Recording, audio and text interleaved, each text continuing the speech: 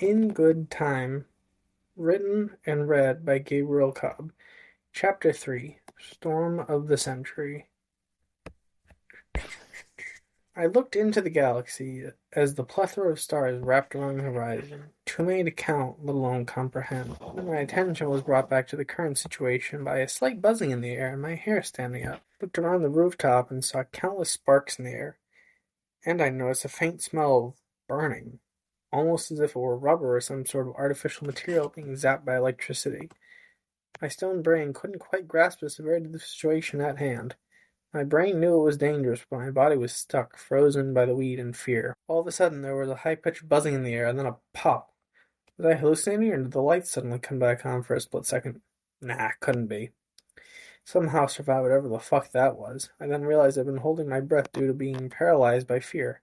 I inhaled and almost passed out from the sudden rush of oxygen. What a head rush.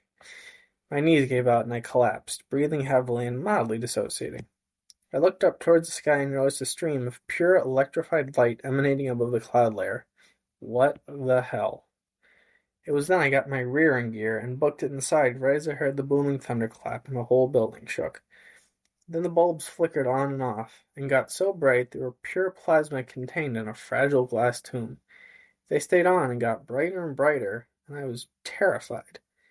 I ran past the light mounted on the wall, and with another thunderclap the glass melted and dribbled onto the concrete steps, the pure whiteness of the melted glass as it dripped onto the floor and then resolidified. The bizarre part was that the plasma stayed congealed for the briefest of moments, then disappeared just as quick. I looked back at the joint in my hand, and then back to where the light bulb used to reside. This is some strong shit. The wind really started to whip down the staircase and almost blew me over with its ferocity. What was up with this weather? I got back to my apartment, wasn't paying attention, and tripped over the body. I got up and quickly rushed into my apartment. The thunder kept on clapping, and the building shook each and every single time. Was this storm going to kill me? End of chapter 2. Stay tuned, folks. There's more coming.